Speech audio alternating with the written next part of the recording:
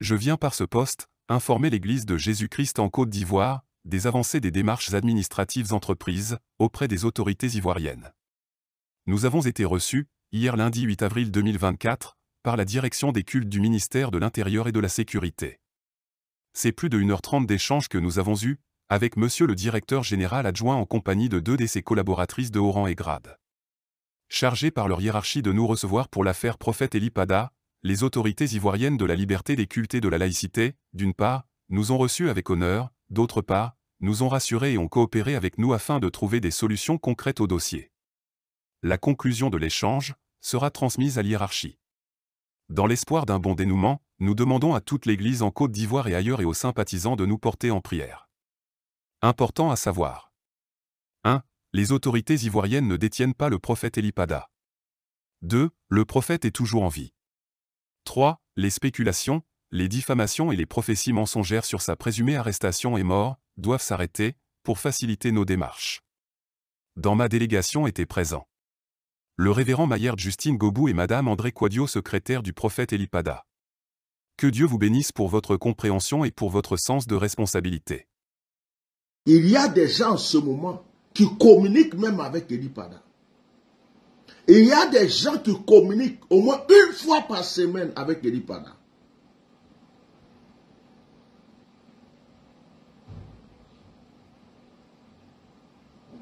Alors, ne venez pas me prendre pour quelqu'un qui est bête. J'ai un cœur. Mais je suis un être humain. Je suis fatigué. Même en retraite spirituelle, cette histoire me suit jusqu'ici.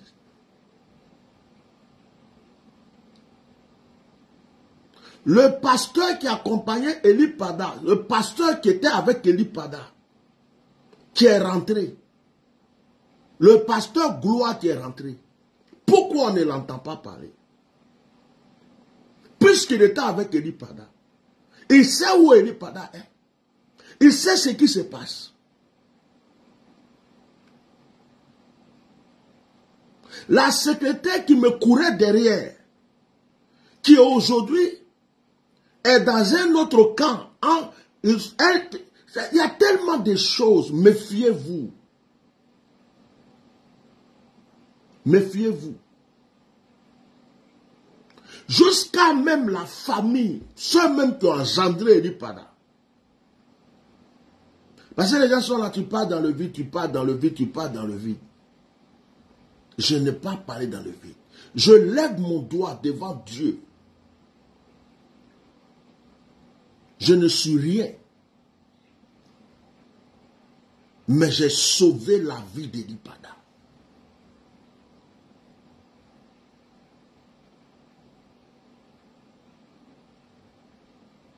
Je ne suis rien. Mais je me suis sacrifié. Sinon, Eli Pada là, il allait disparaître, personne s'en fout.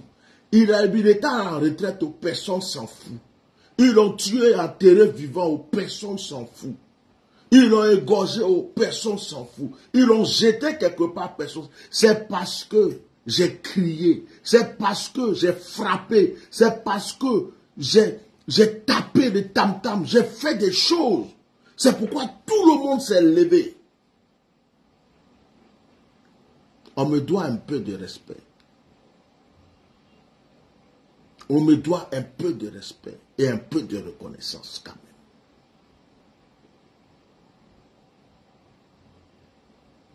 Quelqu'un ne peut pas venir dire aujourd'hui, n'écoutez pas les fausses prophéties. Mais celui dont on parle qui dit qu'il a donné des fausses prophéties, il a prophétisé 3 mois avant que Eli Pada ne disparaisse. Il a prophétisé pour dire à Eli Pada, il y a un complot contre toi. Eli Pada est prophète. Mais celui qu'on dit il a donné des fausses prophéties, il est venu prophétiser pour dire à Eli Pada, j'ai un complot contre toi. Ça veut dire que Dieu a fermé les yeux d'Eli Pada et Dieu a ouvert ses yeux. Et je suis venu lui dire ça. Je lui ai donné des conseils. Même si Eli Pada a fui et qu'ils n'ont pas mis la main sur lui, c'est moi aussi qui ai fait un direct pour dire à Eli Pada, si tu es malin, tu ne vas même pas aller à la traversée. Tu vas faire la publicité pour dire aux gens que tu viens, pour qu'il y ait du monde, mais tu disparais. C'est moi qui ai fait direct et puis il a dit ça. Quand je viens m'asseoir pour dire qu'il a entre les mains des autorités, je sais pourquoi je dis qu'il a entre les mains des autorités. Quand je viens m'asseoir pour dire qu'on veut le tuer, c'est pour sauver sa vie que je viens dire ça.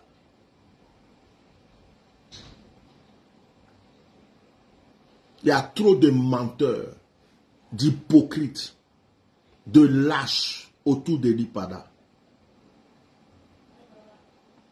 Si c'est l'onction que Eli Pada vous a laissée, si cette onction est une onction de mensonge, est une onction d'hypocrisie, c'est que vous êtes en train de discréditer, hein, vous êtes en train de discréditer, comme on appelle ça, le ministère de cet homme de Dieu. L'esprit de Dieu est rempli de vérité. Vous ne pouvez pas être avec un prophète qui prophétise des choses, qui dit, vous dites que vous êtes dans la sainteté, dans la vérité, puis vous êtes hypocrite. Vous êtes menteur. L'église est remplie d'hypocrites, de mensonges. Vous faites des choses en cachette.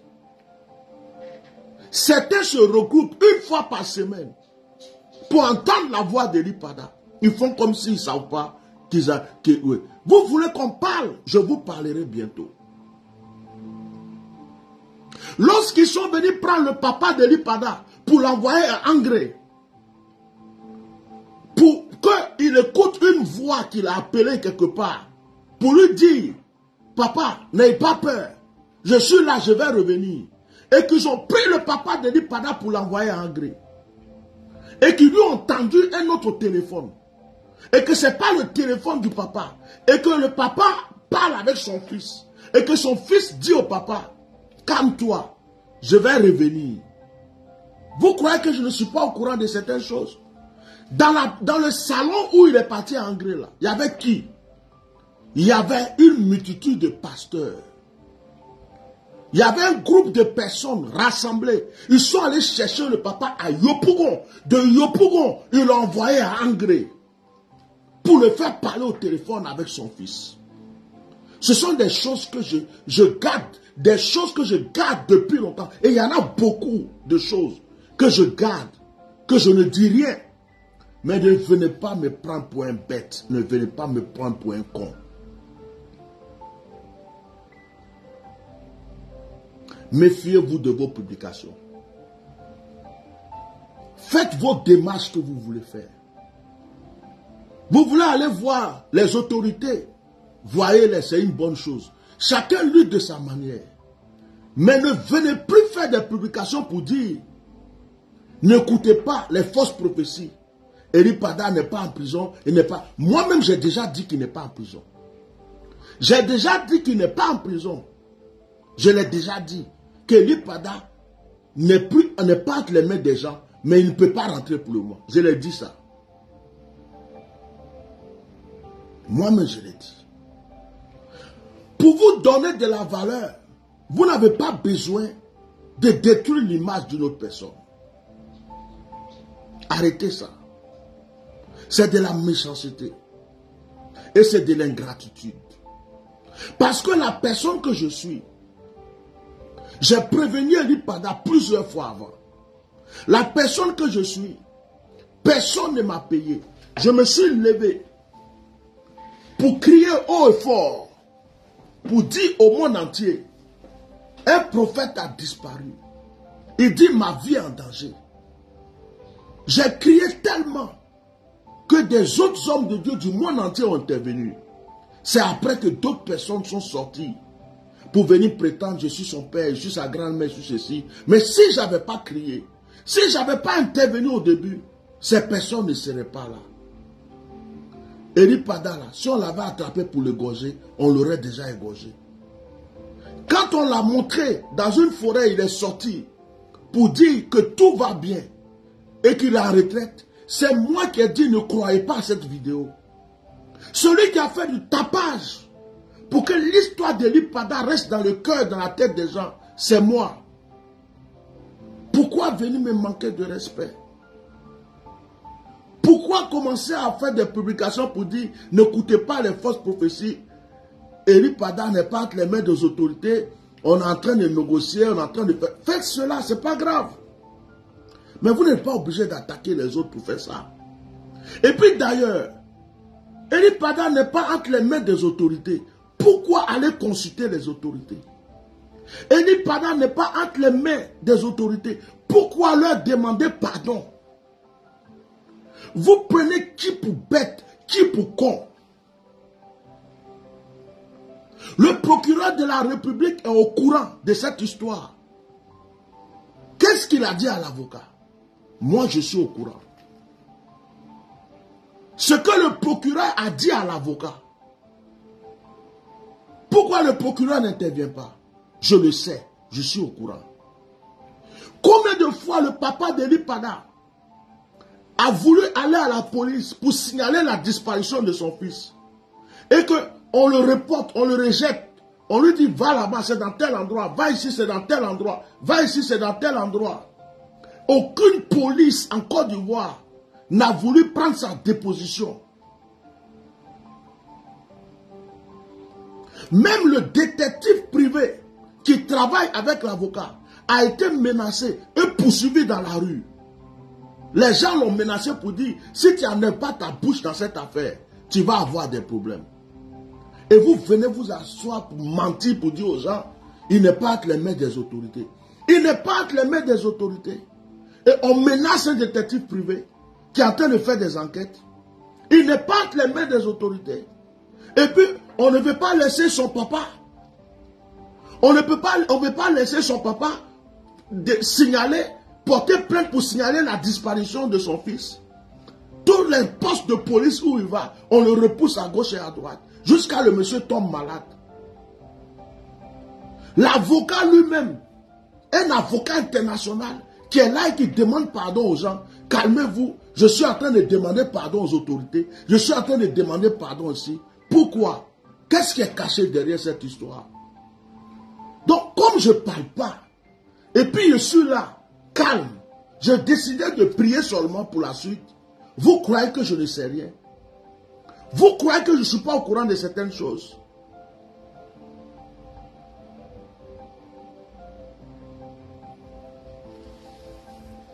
Attendez, je vais rentrer de ma retraite. Attendez.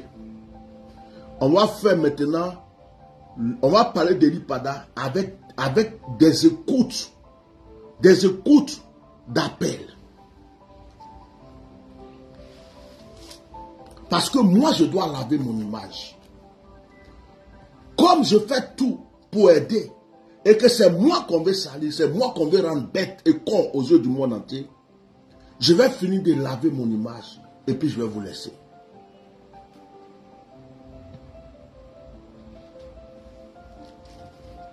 Même quand on n'aime pas quelqu'un, on peut lui dire merci quand même, pour le peu de bien qu'il nous fait.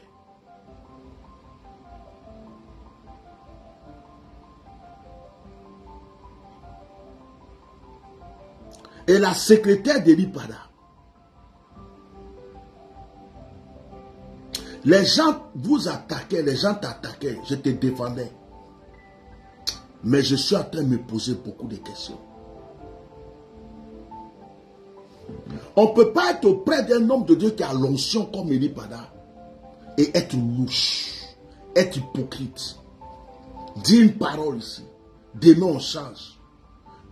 Faire comme si ceci, après on fait ça. Ça, ce n'est pas un esprit de Dieu. Le Saint-Esprit me demande de me calmer ce soir. Je me calme. Mais sachez que je viens de mettre les charbons. Je vais maintenant mettre bientôt l'essence et je vais allumer le feu. J'étais en retraite. Ça finit bientôt. Vous avez cru que je me suis tué. Je ne me suis pas tué. Vous pouvez aller voir le président de la République, les ministres de ceci. Vous pouvez faire vos publications que vous voulez pour dire on est en train de faire les démarches. Mais quand vous faites des publications pour dire Éric Pada n'est pas entre les mains des autorités, il n'y a pas de problème. Mais pourquoi vous rajoutez N'écoutez pas les fausses prophéties. Pourquoi vous rajoutez? N'écoutez pas les fausses prophéties. Ça veut dire que nous qui avons prophétisé, nous qui avons révélé, nous qui nous sommes battus pour que ce monsieur soit encore en vie, c'est nous que vous allez venir maintenant insulter. Je ne parle pas que de moi.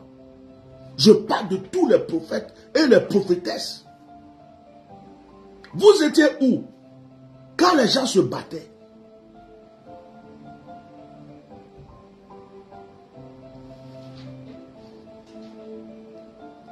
Il y a trop de choses louches. Il y a des gens dans l'église d'Eli Pada qui savent où est Eli Pada actuellement.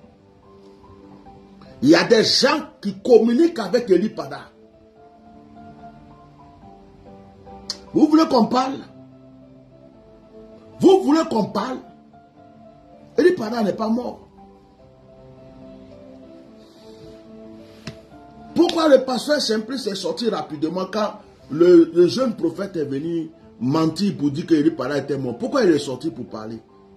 Parce que Eli Pada n'est pas mort. Eli Pada est vivant. Eli Pada est quelque part. Mais Eli Pada ne peut pas rentrer maintenant. Eli Pada n'est plus entre les mains des autorités. Eli Pada n'est même pas entre les mains des autorités. Mais Eli Pada ne peut pas rentrer comme ça. Parce qu'il y a des choses à régler. Il y a un problème avec les guides religieux et il y a un problème avec la politique.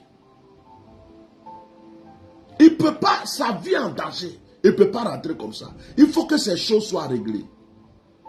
Vous croyez que je ne sais rien? Quand je viens m'asseoir et puis il dit, il est ici, entre les mains, il est ici, je frappe ici, je frappe ici. Vous croyez que c'est parce que je suis bête? Je sais pourquoi je le fais. Et ça portait du fruit. Certains sont sortis de partout pour le combat d'Eli Pada.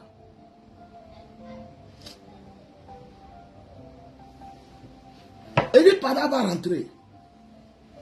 Il attend que certaines choses soient réglées. Il va rentrer. Quand il va rentrer là, c'est fini. On ne sera plus là pour parler de lui. C'est la promesse que je lui ai faite pour lui dire, tu es mon petit frère. Quel que soit, ça veut dire que si quelqu'un te touche, il m'a touché. C'est cette promesse qui me lie aujourd'hui. Sinon, si je voulais regarder le comportement de certaines personnes, des gens de sa famille,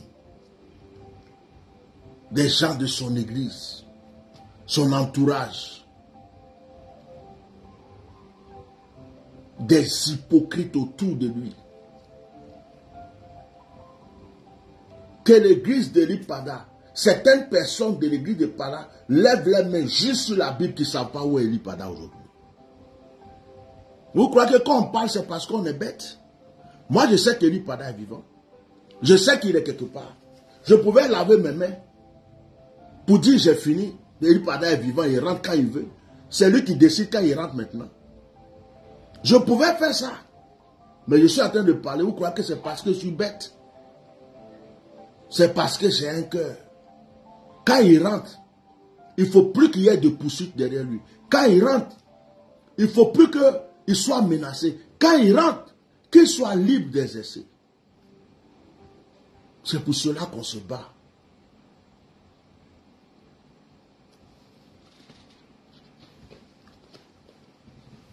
Je n'avais pas prévu ce soir-là de parler d'Eli Pada. Regardez mon titre. Mais c'est parce que mon cœur est lourd. Mon cœur est lourd. Je remercie quelques personnes proches d'Eli Pada qui me réconfortent de fois par des messages, qui m'encouragent, qui ont confiance en moi et qui me disent de tenir. Mais le reste,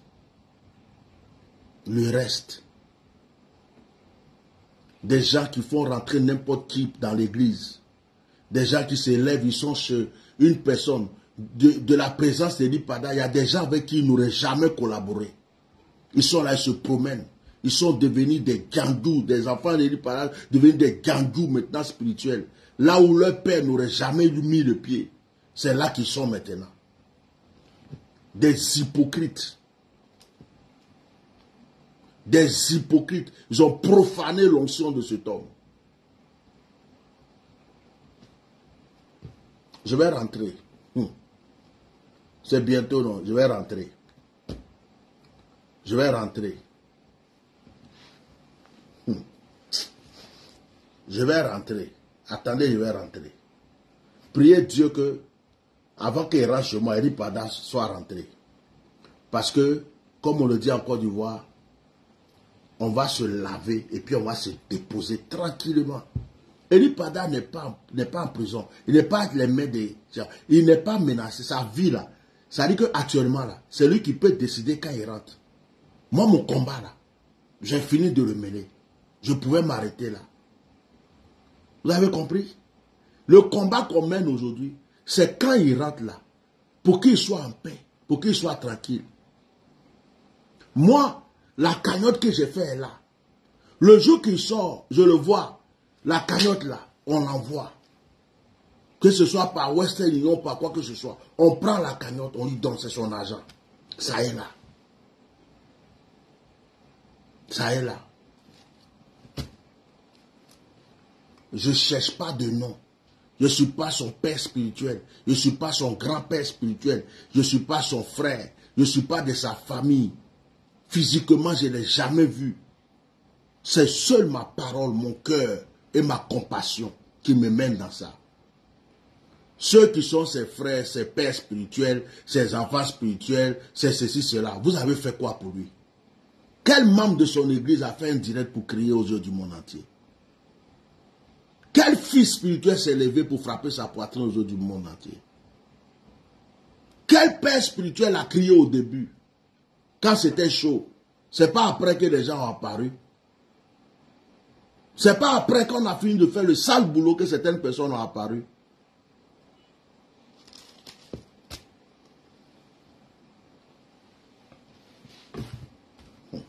Heureusement que le Seigneur me fortifie. Et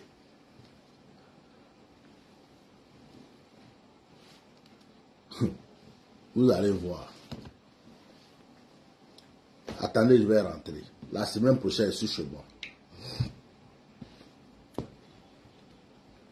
Bien aimé, on va faire une proclamation et puis on va se quitter. Daniel chapitre 6. Quelqu'un peut m'écrire Daniel chapitre 6.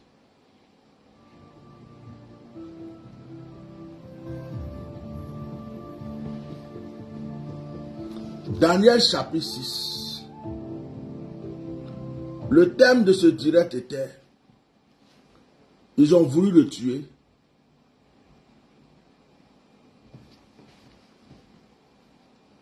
Des gens qui cherchent non sur l'affaire d'Eli Pada. Des gens qui n'étaient même pas en contact, en collaboration, rien avec lui. Vous qui êtes ses enfants spirituels, gens secrétaires ou quoi que ce soit là, les gens avec qui vous collaborez aujourd'hui, les gens que vous partez voir aujourd'hui, est-ce que Eli Pada, même quand il était là, quel que soit ce qui allait arriver, lui il allait le faire? Vous avez profané son nom. Vous avez profané son onction.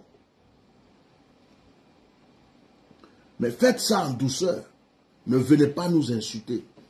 On ne donne pas de fausses prophéties. On n'est pas des faux prophètes. On a aidé Eli Pada. Grâce à nous, il y a des gens dans le monde qui ne le connaissaient même pas, qui le connaissent aujourd'hui. Eli Pada là, il est Dieu. Il est le Saint-Esprit. Il est Jésus-Christ. C'est le seul prophète en Côte d'Ivoire. C'est le seul pasteur en Côte d'Ivoire. C'est le seul qui a eu problème en Côte d'Ivoire. Non. C'est parce que nous autres, on a crié son nom. C'est parce que nous autres, il y a des gens qui ne le connaissaient même pas. C'est parce qu'on a fait le tapage. On a crié son nom. On lui a donné de la valeur aux yeux du monde entier. Des musulmans, des païens, des gens du monde entier qui ne le connaissaient pas. On a élevé son nom et des gens ont compati. C'est nous qui l'avons fait. Sinon, ce n'est pas le seul homme de Dieu de la Côte d'Ivoire. Ce n'est pas le seul prophète. Il n'est pas Dieu, il n'est pas Jésus-Christ, il n'est pas le Saint-Esprit. Ce n'est pas le seul qui a prophétisé ou qui prophétise en Côte d'Ivoire. Ce n'est même pas le seul prophète qui a eu des problèmes en Côte d'Ivoire. Il y en a plein qui ont eu des problèmes. D'autres sont allés en prison. David est mis en prison. Mais c'est nous qui avons fait grandir le nom d'Eli Pada. C'est nous qui avons crié. Si on avait fermé notre bouche dès le début, on avait fait comme tout le monde. On a fait comme si on s'en foutait de cette histoire. Depuis le 31, tout le monde aurait oublié Eli Pada aujourd'hui. Tout le monde l'aurait oublié. C'est grâce à nous que les gens ne l'ont pas oublié.